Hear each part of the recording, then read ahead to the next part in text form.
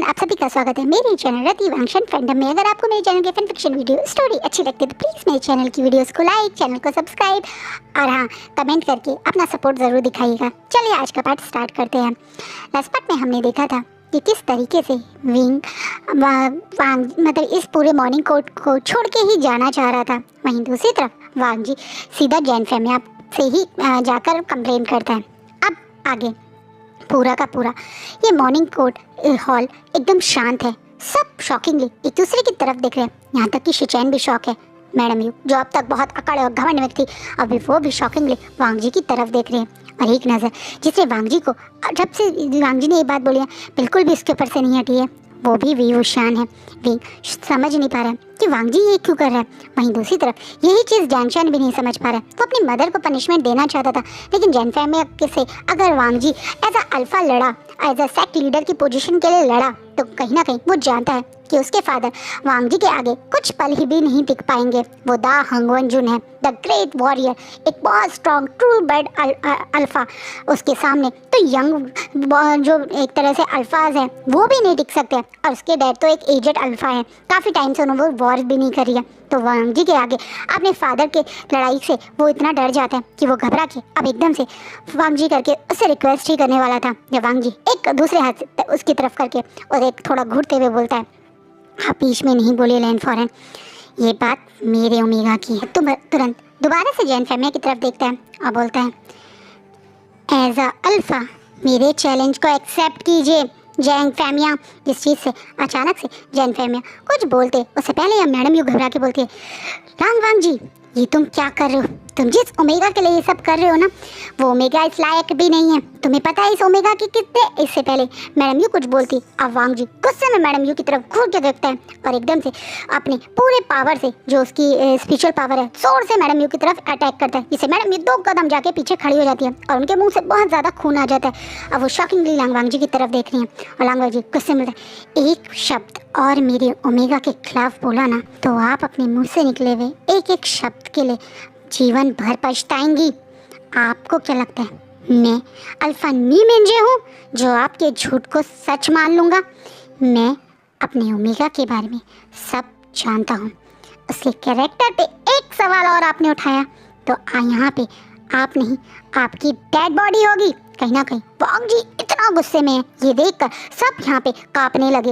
वांग जी का alpha फेरमोन्स, alpha crawl, alpha एक तरह से ऑरा जो इस समय यहाँ है, उसे देखकर अब विंग को भी वांग जी से डर लग रहा है। कहीं ना कहीं विंग भी अब वांग जी को थोड़ा घबराते हुए देख रहा है। वांग जी की आंखों में आग है और जलने के लिए सामने 2 लोग खड़े हैं। जैन फैमिया अच्छे से जानते हैं कि आज अगर वो उन्होंने ये चैलेंज एक्सेप्ट कर लिया तो आज उनकी डेड बॉडी ही यहाँ से जाएगी, क्योंकि वांग जी से टक्कर लेना तो उनके बस की नहीं है। और शिचैन भी ये बात जानते हैं। शिचैन लेकिन चुप है। ये देखकर जैन को और थोड़ा दुख होता है। कहीं ना कहीं उसे उम्मीद थी कि उसकी तरह कहीं शिचैन बोले, लेकिन शिचैन भी शिजोई का प्रॉमिस और वांग जी की बात समझ रहे हैं। मैडम यू अब एकदम से घबरा के बोलती है, मुझे मंजूर है, नष्ट कर दो मेरा जेडियन, मुझे कोई दिक्कत नहीं, पर मेरे अल्फा को कुछ मत करो। एकदम से जैसे ही मैडम यू एक्सेप्ट कर लेती हैं कि वो जेडियन को नष्ट करने के लिए तैयार है, तो वांग जी अब घूर के मैडम यू की तरफ देखता है और बोलता है, मौका दिया था लैंड क्लैन ने आपको उस चीज़ का, लेकिन आपको उस समय अपनी बात सबसे ऊपर रखनी थी। पनिशमेंट तो अब आपको ज़रूर मिलेगी। आज अगर अभी इन्होंने मेरा चैलेंज एक्सेप्ट नहीं किया तो मैं अपने अल्फा फॉर्म में जियांग क्लैन पहुंचकर वहाँ सब कुछ बर्बाद कर दूंगा। या तो अभी के अभी जियांग क्लैन को लैंड क्लैन के अंडर डाल दीजिए, इसके बाद मैं आपको और आपके हस्बैंड को जीवन दान दे दूंगा, वरना पूरे जियांग क्लैन को बर्बाद होने के लिए तैयार कर दीजिए। वांग जी इतने गुस्से में है कि उसकी नज़रों में अब जियांग क्लैन का कोई इंसान की वैल्यू नहीं है। जिस क्लैन ने उसके ओमेगा की वैल्यू नहीं की, उस ओमेगा की हार्ड वर्क की वैल्यू नहीं की, इंसानियत की नज़रों से कोई तो उस ओमेगा के लिए कदम उठाता।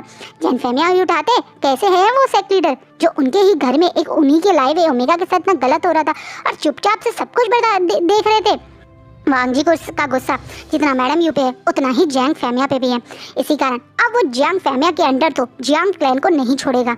ये देखकर अब मैडम यू भी गुस्से में कुछ बोल नहीं पा रही है और जियांग फैमिया हालात को समझते तुरंत अपने घुटनों पे बैठ जाते हैं। ये देखकर अब सब लोग शौक है। इतना पुराना इतना स्ट्रॉन्ग सेक्ट लीडर कहलाने वाले जियांग फैमिया आज अपने घुटनों में पूरे लैंड क्लैन के बीचों बीच बैठे हुए हैं और अपना सर नीचे करके तुरंत बोलना शुरू करते हैं। मैं अल्फा जियांग फैमिया अपने पैक्ट जियांग क्लैन को इसी समय लैंड पैक्ट को देता हूँ। मुझे ये मंजूर है। बस इतना ही चाहता हूँ कि आप मेरे और मेरी वाइफ को एक आखिरी मौका और एक जीवन दान दें। आज के बाद मैं और मेरी वहाँ लूना कभी भी आपके सेक्ट या ओमेगा विवुशान की ज़िंदगी में इंटरफेयर नहीं करेगी। कहीं ना कहीं जियांग फैमिया जिन्हें मैडम यू हमेशा सोचती कि कभी प्यार नहीं करते, कभी उनकी केयर नहीं करते, आज उनके कारण घुटनों पे बैठ गए। यहाँ तक कि अपना सेक्ट भी चुपचाप से लैंड क्लैन को दे रहे हैं। देख के मैडम यू भी जो कमांड में बिल्कुल सीना चढ़े खड़े हुए खड़ी थी अपने घुटनों पे आ जाती हैं। इतनी देर में वांग जी अपनी स्पिरिचुअल पावर से तुरंत मैडम यू के हाथ से वो ज़ेडियान लेके अपनी मुट्ठी में दबा ले रहा है। वांग जी का गुस्सा, वांग जी का ये ऑरा, वांग जी का ये रूप देखकर कहीं ना कहीं वांग हुई भी पीछे घबरा गई। आज तक वांग जी को इस रूप में, इतने गुस्से में शायद ही कभी किसी ने देखा होगा। विंग भी वांग जी के बारे में जितना जानता था उसे यही पता था कि वो एक बहुत स्ट्रॉन्ग अल्फा है पर हमेशा शांत रहना पसंद करते हैं। लेकिन वो इतना गुस्सा कर सकते हैं, इतना बोल सकते हैं, ये चीज़ पहली बार उसने भी देखकर शॉक है। और विंग अपने शॉकिंग एक्सप्रेशन के साथ ही वांग जी को देख रहा था। जब वो महसूस करता है कि वांग जी ने उसके हाथों में कुछ रखा है, विंग की नज़र अब वांग जी की फेस से हट के अपनी हाथों पे जाती है जहाँ हथेली में मैडम यू का ज़ेडियान रखा है। जब मैडम यू के ज़ेडियान को उससे वांग जी ने अपनी स्पिरिचुअल पावर से दूर किया था तब से ही मैडम यू बहुत वीक फील कर रही थी, क्योंकि ये ज़ेडियान उनकी गोल्डन कोर से कनेक्टेड था। एक तरीके से उनकी गोल्डन कोर का ही हिस्सा था जिसे वांग जी ने खींचकर उनसे दूर कर दिया है। मैडम यू नीचे अब शॉकिंगली एक्सप्रेशन से अब वांग जी और विंग की तरफ देख रही हैं। उन्हें यकीन नहीं हो रहा है कि वो जिस शादी को करके मन में बहुत खुश हो रही थी ये सोच के कि विंग को वो एक सेक्स स्लेव बनाएंगी, आज वही शादी उन्हें किस लेवल पे ले आई है। वहीं विंग अब वांग जी को शॉकिंग एक्सप्रेशन से देखते हुए अब ज़ेडियान को देख रहा है और समझने की कोशिश कर रहा है वांग जी करना क्या चाहता है। वहीं पीछे खड़े सिचेन समझ गए। अब वो थोड़ी तेज़ आवाज़ में सबका ध्यान अपनी तरफ करते बोलते हैं, विवुशान यही वो वेपन था जो तुम्हारे शरीर पे मैडम यू ने चोट पहुंचाने के लिए यूज़ किया था।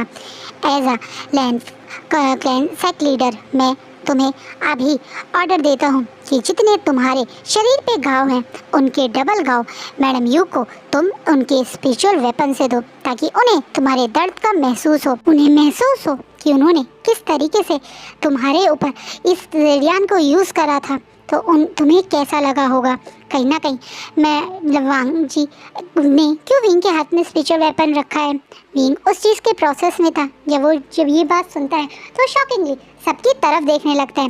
विंग समझ नहीं पा रहा है वो क्या करे, क्या वो सचमुच मैडम यू को मारे। वो यही सोचता हुआ अब जैंगचन की तरफ देख रहा है जो बिल्कुल भी आंखों में अपने पेरेंट्स के लिए दुख नहीं दिखा रहा है। कहीं ना कहीं जैंगचन जानता था कि उसकी मदर का लालच विंग के प्रति नफरत कभी ना कभी इस परिवार को इस लेवल पे लाएगा। आज वो हो गया जिससे जैंगचन कभी डरता था, लेकिन वो फिर भी विंग की तरफ देखते हुए जैसे विंग को जो वो करने के लिए कहा गया है वो ही करने का इशारा करता है, जिससे विंग अचानक से उस ज़ेडियान को अपने हाथ में पहन लेता है।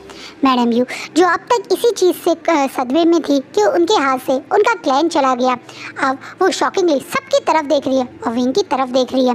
वो मैडम यू जिसकी आंखों में हमेशा विंग के लिए नफरत होती थी, आज विंग की आंख को देखकर उनकी आंखों में एक डर है। कहीं ना कहीं उन्हें बहुत दुख हो रहा है क्योंकि उनके ज़ेडियान को, उनके स्पिरिचुअल वेपन को आज विंग ने पहना हुआ है और विंग की आंखों में आज कुछ नहीं है, एकदम खाली आंखें, जैसे वो सिर्फ लैंड क्लैन के एज अ सेक्ट लीडर की बात मानकर उनका ऑर्डर फॉलो कर रहा है। विंग जैसे ही पहले ही मैडम यू पे ज़ेडियान का वार करता है उनकी चीख पूरे हॉल में गूंज जाती है। मैडम यू जो अपने आप को बहुत स्ट्रॉन्ग अल्फा माना करती थी, खुद को लूना माना करती थी, मानती थी कि वो उससे ज़्यादा स्ट्रॉन्ग कोई नहीं हो सकता, आज वो ज़ेडियान के 5 बार में ही बेहोश हो जाती है। कितनी हैरानी की बात है ना। विंग जो एक ओमेगा था, उनकी इससे उम्र में भी कम था, उसे मैडम यू इस जेडियन से कितना मारती थी, लेकिन वो फिर भी एक स्ट्रांग वॉरियर की तरह सब सह लेता था। और वो जो खुद को इतना स्ट्रांग मानती थी, सबसे पावरफुल मानती थी, वो सिर्फ 5 बार में ही बेहोश हो गई। विंग जैसे देखता मैडम यू बेहोश हो गई तो वो तुरंत उस जेडियन को अपने हाथ से निकाल के सीधा शिचैन के हाथ में दे देता है। वहीं शिचैन समझ गए कि विंग मैडम यू जैसा नहीं है। वो गुस्सा था, लेकिन उसके बावजूद उसे मैडम यू को उतने दर्द में नहीं देखना जितने दर्द में वो था। ये सच कहें, उसे इन चीज़ों में पड़ना ही नहीं। कहीं ना कहीं विंग के अंदर हर चीज़ के प्रति होप गंवाना, किसी भी चीज़ में एक तरह से इंटरेस्ट ना लेना, किसी भी चीज़ के लिए ना सोचना, मैडम यू की उसके ऊपर करीब निर्दयता साफ दिखा रहा है। मैडम यू ने विंग को अंदर से ख़त्म कर दिया। ये चीज़ महसूस करते ही शिचैन, जंगचैन और वांग जी तीनों को विंग के लिए दुख होता है। वहीं विंग वहाँ से चुपचाप से मुड़ के जाने ही वाला था जब वांग जी फिर से उसका हाथ पकड़ लेता है और फिर से वो शिचैन की तरफ देखता है, जैसे वो विंग को फिर शिचैन के आखिरी फैसले का वेट करने के लिए बोल रहा है। वहीं शिचैन तुरंत सबके बीच में पहले उस जेडियन को सबके सामने अपनी पावर से धुएं में उड़ा देते हैं। जेडियन हमेशा के लिए अब खत्म हो गया। वो जेडियन जिसने विंग पे कई बार वार किया था, उसे दुख पहुंचाया था, वो अब हवा में गायब हो चुका है। और उसके बाद वो सीधा सबके बीच में ये ऑर्डर देते हैं कि जैन फैमिया और मैडम यू को उनके महल लोटस फेयर में अब उम्र कैद है। वो उस महल से में कैदी ही बन के रहेंगे, उनको बाहर नहीं जाने दिया जाएगा। उनका जियांग क्लैन अब लैन क्लैन के अंडर आ गया है। इस ऑर्डर के बाद कहीं ना कहीं लैन क्लैन के कुछ लोग बहुत खुश हैं तो कुछ लोग बहुत शौक है। एक तरीके से अब तक लैन क्लैन फेमस था कि वो किसी और पैक को अपने अंडर में नहीं लेना चाहता जो खुद से आके उसके साथ शामिल हो दूँ सेफ्टी प्रिकॉशन के लिए, क्योंकि बाकी 2 क्लैन्स लाइक जिन क्लैन और वैन क्लैन वो दोनों लोगों के ऊपर अटैक करके उनके पैक को अपने अंडर में करने में बहुत ज़्यादा माहिर थे। तो अपने आप को सेव करने के लिए वो लोग लैंड पैक के पास मदद के लिए आ जाते थे, तो लैंड पैक उन्हें ले लेता था। लेकिन आज पहली बार लैंड पैक ने अपनी पावर का यूज़ करके किसी पैक को कंट्रोल में किया है। कहीं ना कहीं ये आगे जाके वैन क्लैन और जिन क्लैन के सामने लैंड क्लैन चुनौती दे रहा है ऐसा महसूस करवाएगा, क्योंकि जिन क्लैन और वैन क्लैन ये काम कई सालों से कर रहे हैं। और छोटे छोटे क्लैन के अल्फाज को, सेक लीडर्स को चैलेंज करके उन्हें मारकर उनके पैक को अपने अंडर ले लेते थे। और ये काम कभी लैंड क्लैन नहीं करता था, लेकिन आज लैंड पैक ने इतने बड़े क्लैन जियांग्स क्लैन को अपने अंडर ले लिया है। ये चीज़ जिन क्लैन और वैन क्लैन को उनके प्रति गुस्सा दिला सकता है, लेकिन वो लोग इस बात को अभी कह नहीं सकते, क्योंकि वो देख रहे हैं कि उनके दोनों प्रिंस यानी दोनों स्ट्रॉन्ग अल्फास वांग जी और शिचैन अपने रॉयल ओमेगा व्यूशान को लेकर कितने प्रोटेक्टिव हैं, इसलिए वो सर झुकाए चुप खड़े हैं। वही वांग हुई ये देखकर पूरा शौक है। वांग जी इस तरीके से खुलेआम विंग के लिए इतना कुछ कर सकता था, इस चीज़ की उसको एक्सपेक्टेशन नहीं थी। जैसे ही शिचैन के आखिरी वर्ड्स बोले जाते हैं, उसके बाद वांग जी वहाँ 1 सेकंड भी नहीं रुकता। उसने जब से विंग का हाथ पकड़ा था, शायद सिर्फ थोड़ी देर के लिए, जब तक उसे विंग को मैडम यू को मतलब मारने की टाइम था, उतने ही टाइम के लिए छोड़ा है। वरना इस मॉर्निंग कोर्ट से जब से वो एंटर किया था, उसने विंग का हाथ 1 सेकंड के लिए भी नहीं छोड़ा था। और अब भी उसने विंग का हाथ वैसे ही पकड़े हुए सबके सामने वो विंग को अपने साथ लेके जा रहा है। ये देखकर भी वांग हुई काफ़ी शौक है। वांग हुई जिसे लगता था कि वो कभी भी वांग जी की लाइफ में किसी और को नहीं आने दे सकती, कोई और उसकी लाइफ में आ ही नहीं सकता, उसकी आंखों के सामने आज वांग जी किसी और के लिए कितना प्रोटेक्टिव, कितना ज़्यादा पॉजिटिव है, ये साफ देख सकती है वो। और इस बात से उसके दिल में बहुत ज़्यादा गुस्सा आ रहा है। कहीं ना कहीं उसे अपनी हार होते हुए दिख रही है। वहीं दूसरी तरफ वांग जी तो विंग का हाथ पकड़ के सीधा जिनशी ही आता है। विंग अब वांग जी को और खुद को जिनशी में देख के शॉकिंगली पहले वांग जी की तरफ देख रहा है, क्योंकि उसे समझ नहीं आया एकदम से उसे जिनशी में क्यों लाया गया। वहीं वांग जी अब बिना कुछ विंग के रिस्पॉन्स का एक्सपेक्ट करे बिना ही एकदम से बोलता है, अपने हानफू उतारो। जिस चीज़ से विंग अब शॉकिंगली वांग जी की तरफ देख रहा है, जिससे वांग जी दोबारा से बोलता है, मुझे तुम्हारी घाव देखने हैं, अपने हानफू उतारो। विंग एकदम से अब 3 कदम पीछे हो जाता है और कस के अपने हानफू को अपने कॉलर के पास से पकड़ के, जैसे वो नहीं करना चाहता, अपनी गर्दन नाक की तरफ हिलाता है और बोलता है, आप ये क्या कह रहे हैं? मैंने जानता हूँ आपने आज मेरी मदद की है, लेकिन मैं ये हानफू नहीं उतारूंगा। इस बात पे वांग जी बहुत शांति से, क्योंकि उसे लगा विंग डर ना जाए, धीरे से बोलता है, मैं तुम्हारे जख्म हील करना चाहता हूँ। इस बात पे विंग अब शॉकिंगली वांग जी की तरफ देखता है और थोड़ा गुस्से में बोलता है, आप कोई हीलर हैं क्या? आप एक बहुत स्ट्रॉन्ग कल्टीवेटर हैं, मुझे पता है, लेकिन आप मेरे जख्म ठीक नहीं कर सकते। और ये बोलने के बाद भी और घबरा के अपने कपड़े कस के टाइट से पकड़ लेता है। होता है ना एक झिझक, किसी के सामने अपने कपड़े उतारना कितना आसान थोड़ी होता है। कहीं ना कहीं विंग के अंदर की इस झिझक घबराहट को वांग जी समझते हुए अचानक से पास में पड़े एक वाइट कलर की पट्टी को उठाता है और तुरंत अपनी आंखों पे बांध देता है, जिसे देखकर विंग शॉक है। वांग जी जैसे विंग को बोलना चाहता है कि उसे विंग की बॉडी नहीं देखनी, वो तो बस विंग के उस जख्म को हील करना चाहता है। कहीं ना कहीं वांग जी जब अपनी आंखों पे पट्टी बांध के अब सिंसियरिटी से दोबारा से विंग से बोलता है, अपने हानफू उतार के मुझे बताओ ताकि मैं एक बार तुम्हें हील कर सकूं। तो विंग भी एक बार वांग जी को चांस देना चाहता है। वो कहीं ना कहीं वांग जी की इस सिंसियरिटी से थोड़ा सा तो इम्प्रेस हुआ है, क्योंकि वांग जी ने अपनी आंखों पे पट्टी बांध के साफ साफ विंग को दिखा दिया है कि उसकी नज़रों में विंग के लिए कोई गलत भावना नहीं है, कुछ ऐसा नहीं है जिससे विंग को डरना चाहिए। कहीं ना कहीं ये बात सोच कर ही विंग अब अपने हानफू को उतारता है और अब अपनी कमर वांग जी की तरफ करके अब बोलता है, ठीक है। और ये सुनते ही जैसे वांग जी को एक सिग्नल मिल जाता है कि हाँ शायद विंग अपने कपड़े उतार चुका है, और वो आप ऐसे ही अपनी आंखों पर पट्टी बांधे ही हल्के से आगे आके विंग की कमर को टच करता है, जिस चीज़ से विंग की पूरी बॉडी में शिवर दौड़ पड़ती है। पहली चीज़, वो इस तरीके से हाफ न्यूड पोजीशन में है, उसका अपर बॉडी पूरी तरह से न्यूड है, और वो भी एक अल्फ़ा के सामने, एक स्ट्रेंजर के सामने।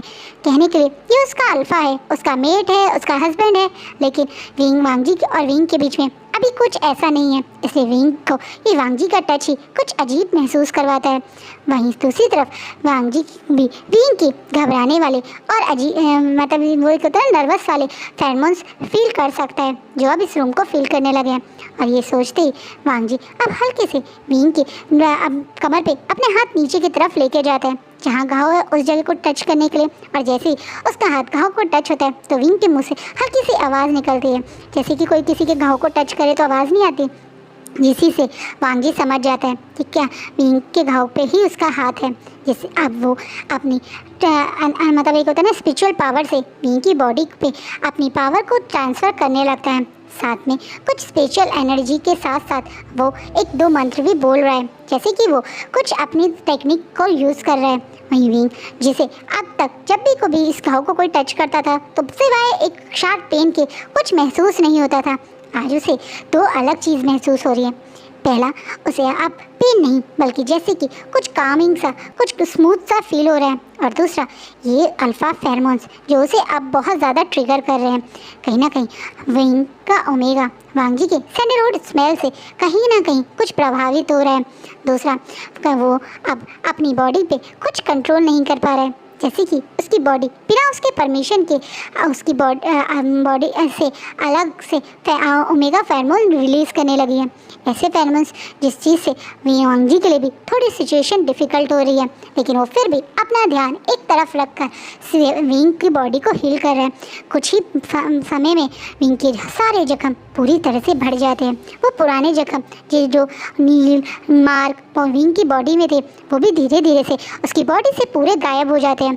कुछ ही घंटे में जो उसकी बॉडी पे इतने सालों के घाव थे, निशान थे, जख्म थे, वो पूरी तरह से हील हो गए। अब विंग की पूरी बॉडी फेयरलेस हो गई है, उस पर कुछ भी नहीं है, बिल्कुल एक मतलब होता है ना छोटा सा भी जख्म का निशान नहीं है। और विंग को बहुत स्ट्रांग फील हो रहा है, उसकी गोल्डन कोर भी बहुत स्ट्रांग फील कर रही है। विंग सामने जो शीशा है, बड़ा सा शीशा, उसमें अब खुद को देख रहा है। वांग जी उसके पीछे अभी भी उसकी कमर पे हाथ रख के खड़ा है। अभी भी वांग जी की आंखों पे पट्टी है, लेकिन विंग साफ साफ देख रहा है किस तरीके से इस इंसान ने आज सुबह से अब दोपहर तक उसे इतना स्पेशल फील करवाया है। अब जब विंग को देखता है कि उसकी बॉडी में कोई घाव नहीं है तो वो एकदम से अब 2 कदम आगे हो जाता है, जिससे ही वांग जी को महसूस होता है विंग और उसकी वो स्किन टच हट गया है, तो वो भी अब अपना हाथ नीचे करके खड़ा हो जाता है। हाँ, विंग तुरंत सारे कपड़े पहनकर एकदम से वांग जी से अब आप अपनी आँख खोल सकते हैं बोलता है। और वांग जी इस परमिशन से ही जैसे ही अपनी आँखें खोलता है तो सामने वाले पर्सन को देखकर शॉक है। आज वांग जी विंग की आंखों में कुछ अलग देख रहा है। विंग एक अजीब सी निगाहों से कुछ अजीब सी तरीके से उसे देख रहा है। वांग जी ने जब ये आंख बंद करी थी तो सामने एक 25 साल का ओमेगा खड़ा था, लेकिन जब उसकी आंखें खुली है तो उसे ऐसा लग रहा है जैसे सामने एक छोटा सा 5 साल का वो बच्चा खड़ा है, जिसे पहली बार किसी ने बहुत प्यार से अपना मानकर उसे खाने को दिया था। जो जैंग फैमिया थे, जब उसे जैंग क्लैन में लाया गया था, उन आँखों में एक प्यार, एक अफेक्शन और सामने वाले पे जो भरोसा था, वो ही आज सब कुछ विंग की आंखों में देख सकता है। विंग को 25 नहीं बल्कि जैसे एक 5 साल का छोटा बच्चा उसकी आंखों के सामने खड़ा है, ऐसा महसूस हो रहा है वांग जी को। वहीं विंग अपनी उन्हीं आंखों से मासूमियत से बोलता है, क्या चाहिए आपको मुझसे? इस चीज़ से विंग की इस क्वेश्चन से वांग जी थोड़ा शॉकिंगली अब विंग को देख रहा है। वो 5 साल का बच्चा अब फिर से वांग जी की आंखों में 25 साल का ही दिखने लगता है। अब वहीं दोबारा से अपनी एक होता है ना कमज़ोर आवाज़ में बोलता है, क्या चाहिए आपको मुझसे? क्या आप मेरे साथ वो सब करना चाहते हैं? क्या आपको मुझसे हायर चाहिए? ठीक है, मैं दे दूँगा। ये तुम क्या बोल रहे हो? मुझे तुमसे ऐसा कुछ नहीं चाहिए। तो क्यों कर रहे हैं आप मेरे साथ ऐसा? अगर आपको मेरे से कुछ नहीं चाहिए तो फिर क्यों आपने मेरा साथ दिया? क्यों मेरे लिए आपने मैडम यू को पनिश किया? क्यों आप मेरे से पिछले 2 दिन से इतना अच्छा व्यवहार कर रहे हैं? क्या चाहिए आपको मुझसे? साफ साफ बता दीजिए। कहीं ना कहीं विंग की इस बात से वांग जी के दिल में और शार्प पेन होता है। शायद इस इंसान की आज तक कभी भी किसी ने कोई मदद करी है, इसका साथ दिया है, तो उसके बदले से कुछ लिया है। शायद ऐसा ही होता है, शायद यही लाइफ का एक रूल है, उसूल है। यही सोच के विंग उससे ये बात बोल रहा है। वांग जी यही बातें सोच रहा था। वहीं विंग जिसने पहले के कंपैरिजन अभी सिर्फ 2 हानफू ही पहने थे, वो एकदम से अपना पहला हानफू खोल के नीचे डाल देता है और दूसरा खोलते हुए बोलता है, मैं जानता हूँ आपको और आपकी क्लैन को एक हायर चाहिए ना, ठीक है, मैं आपको वो दूंगा। ये बोलकर जैसे ही विंग अपना दूसरा वाला हानफू खोल ही रहा था, वांग जी तुरंत आगे आके उसके दोनों हाथों को पकड़ लेता है और बहुत इमोशंस के साथ विंग को देखने लगता है। क्या क्या कर दिया है इन लोगों ने, इस पूरे समाज ने इस मासूम ओमेगा के साथ। अभी विंग ने जितना सहा है वो सिर्फ वांग जी को पता है। तब वांग जी के दिल में इतना शार्प पेन हो रहा है। अगर उस समय वांग जी उन्हें सबको अपनी आंखों में इसके सामने देखता तो शायद वांग जी उसी समय मैडम यू और जैंग फैमिया को मार देता। ये इमोशंस शायद सिर्फ उसकी मतलब एक तरह से शिजोई से करे हुए प्रॉमिस के कारण है या कुछ और है, उसे नहीं पता। पर इस पर्सन को अब वांग जी सबसे प्रोटेक्ट करना चाहता है, इसे इतना प्यार, इतनी केयर देना चाहता है जिसकी आंखों का ये दर्द, इसकी ये सोच हमेशा के लिए बदल जाए। इसलिए वांग जी आज पहली बार कुछ ऐसा करता है जो कभी उसने पहले नहीं किया। वो आगे आके विंग को गले लगा लेता है।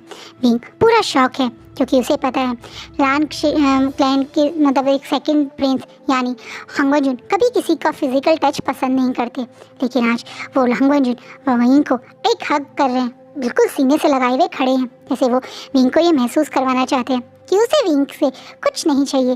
वो विंग को सिर्फ देना चाहता है, बदले में बिना कुछ मांगे, बस अपने मन से जो उसका दिल विंग के लिए करने के लिए कर रहा है वो सब करना चाहता है।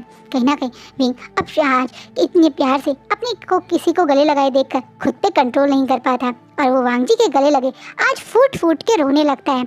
आज विंग कितने साल बाद रोया है, शायद आखिरी बार वो ऐसे चीख के फूट फूट के 16 साल पहले रोया था जब उसके अल्फ़ा ने उसे रिजेक्ट किया था। आज एक अल्फ़ा के गले लगे उस दर्द से को बाहर मतलब जब उसको रियलाइज़ हुआ था कि उसे हमेशा के लिए अब शायद कोई अल्फ़ा एक्सेप्ट नहीं करेगा या उसी के अल्फ़ा ने जिसे शायद उसे लास्ट होप थी कि उसे प्यार मिलेगा उसने रिजेक्ट कर दिया। उस दर्द से कई बढ़कर ये दर्द है जो आज निकल रहा है, क्योंकि ये दर्द है पूरी लाइफ की एक्सपेक्टेशन रख कर भी कभी ना मिलने वाली और पहली बार बिना कोई एक्सपेक्टेशन रखे इतना कुछ मिल जाने की खुशी। कहीं ना कहीं ये दर्द और खुशी एक साथ है। दर्द है सब कुछ पुराना जो उसे याद आ रहा है उसका, और खुशी है कि पहली बार कोई उसे बिना किसी लालच के, बिना उसके इससे कुछ बदले में मांगे सिर्फ ये प्यार दे रहा है। ये वार्मनेस ये क्यों उसे इतनी अच्छी लग रही है? शायद यही कारण है कि वो अपनापन और वार्मनेस के कारण ही विंग आज अपने दर्द को, अपने दिल को खाली कर रहा है। वहीं वांग जी भी विंग को खुल के जितना हो सके उतना रोने के लिए रोकता नहीं।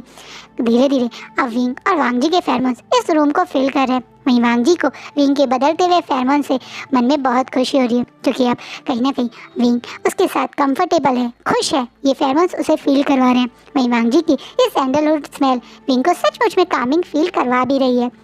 पहली बार उसकी स्मेल से, उसके सैंडलवुड स्मेल से कोई ओमेगा को काम करवा रहा है। इस चीज़ से वांग जी काफ़ी खुश भी है।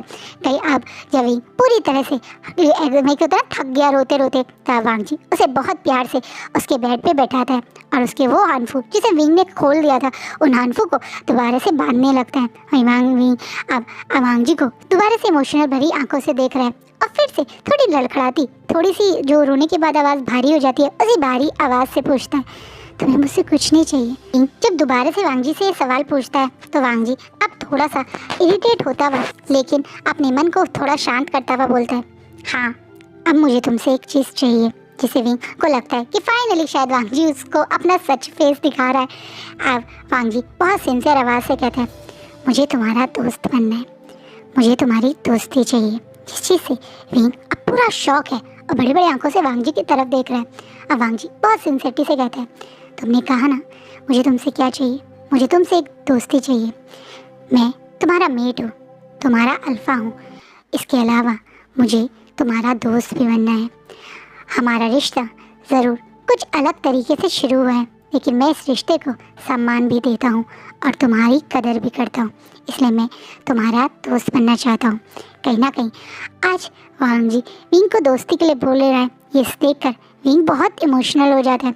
विंग की लाइफ में सिर्फ यही एक रिश्ता है जो उसे हमेशा खुशी महसूस करवाता है, दोस्ती का रिश्ता। हाँ, उसकी लाइफ का सबसे प्योर रिश्ता यही है, क्योंकि अडॉप्टेड मदर फादर ने कभी उसे वो प्यार नहीं किया। अडॉप्टेड ब्रदर और सिस्टर्स थे, उसने तो प्यार किया, लेकिन बदले में उनसे उसे कुछ नहीं मिला। पर एक दोस्ती एक ऐसा रिश्ता है जिसने विंग को हमेशा खुशी, प्यार, अफेक्शन दिखाया है। विंग की लाइफ में गिने चुने कुछ ही दोस्त हैं, जो उनमें से बहुत सारे लोगों से अब वो काफ़ी दिन से मिल नहीं पाया, लेकिन जब भी मिलता था उसे वो खुशी मिलती थी। आज इस नए क्लैन में एक नई जगह उसे फिर से वो दोस्ती का रिश्ता कोई महसूस करवाने के लिए कह रहा है, आगे बढ़कर मैं उसका दोस्त बनना चाह रहा है। इस चीज़ को विंग कैसे मना कर सकता था। इसलिए विंग स्माइल करता हुआ वांग जी की तरफ देखकर, जेन्युइन स्माइल, विंग की वो जेन्युइन स्माइल जो शायद बहुत कम लोगों ने कई सालों में देखी है, आज फिर से देखने को मिलती है। और वांग जी जैसे विंग को रोते हुए भी ऐसे स्माइल करता है तो उसके दिल में एकदम से उसकी हार्ट बीट तेज़ हो जाती है। कितना प्यारा, कितनी मासूम और कितनी अच्छी है इस ओमेगा की स्माइल, ये देखकर ही वांग जी को बहुत अच्छा लगता है। विंग सचमुच में बहुत ब्यूटीफुल है, इसमें कोई डाउट नहीं, लेकिन ये उसकी सिंपलिसिटी और उसकी दिल से खुशी है जो उसके चेहरे पे देखकर विंग को इस समय मतलब विंग वांग जी को इस समय और ज़्यादा ब्यूटीफुल और ज़्यादा प्यारा लग रहा है, जिसे देख कर विंग स्माइल करता हुआ कहता है, ठीक है तो तुम मुझे आगे से ओमेगा या व्यूशिया नहीं बल्कि विंग बोलोगे। विंग बहुत प्यार से ये बात बोल रहा है क्योंकि वो दोस्त जो बन गया है। और जैसे ही विंग बोलता है ये बात कि अब आगे से वांग जी से विंग बोले, तो वांग जी भी बिना कुछ डरे अपने चेहरे पे स्माइल लगता हुआ, जो वांग जी की स्माइल किसी ने कभी नहीं देखी होगी, शायद कभी उसने किसी और के सामने दिखाई नहीं। आज वांग जी ने वो स्माइल विंग को दी, एक छोटी सी स्माइल जो थोड़ी देर के लिए उसके चेहरे पे आई, उसके एक्सप्रेशन लेस चेहरे पे, और थोड़ी देर में चली गई, लेकिन हाँ विंग ने ज़रूर नोटिस करी। वांग जी बोलता है तो तुम भी मुझे आगे से लंजा बोलना। स्माइल करता हुआ लंजा बोलता है, जिस चीज़ से वांग जी को बहुत अच्छा लगता है। वांग जी के कानों में विंग के मुंह से अपना नाम पता नहीं क्यों उसे बहुत खुशी दे रहा है। वहीं विंग को भी वांग जी स्माइल करता हुआ विंग कर बोलता है, जिस चीज़ से वो दोनों अब स्माइल करके एक दूसरे को देख रहे हैं। आज इसी समय से ये दो ग्रेट वॉरियर अल्फा लांग वांग जी और ओमेगा वी वुशान, कोई लैंड क्लैन का सेकंड प्रिंस ऑफ गोसू है और दूसरा यांग सेक का सेनापति था, आज वो दोनों एक दूसरे के दोस्त हैं। दोस्त बनकर, लंजा और विंग बनकर आज दोनों कितने खुश हैं, कोई भी इनके चेहरे से बता सकता है। ये रिश्ता जिसकी शुरुआत तो एक मेट, एक हस्बैंड वाले रिश्ते से हुई थी, लेकिन उसे बदल के ये दोस्ती के रिश्ते से नई शुरुआत की आज से आगाज़ हो गया है। और आज का पार्ट यही रुकता है। तो इस फैन फिक्शन में विंग और वांग जी दोस्त पहले बनेंगे और बाद में लवर। तो आपको आज का पार्ट कैसा लगा प्लीज़ कमेंट में ज़रूर बताना। काफ़ी कुछ इस स्टोरी में मैं ऐड करना चाहती हूँ, बहुत सारे इमोशंस में शो करना चाहती हूँ। तो स्टोरी लंबी होगी, मतलब पार्ट्स काफ़ी सारे होंगे, हो सकता है 25 या 30 पार्ट्स का ये फैन फिक्शन बनेगा। तो हम अभी तो आधी स्टोरी पे ही आए हैं, आधी पे भी नहीं आए अभी तो कैसी लग रही है ये स्टोरी प्लीज़ मुझे बताइएगा, क्योंकि आपके फीडबैक से ही मैं फिर इस स्टोरी को उस हिसाब से एक्सप्लेन करूँगी।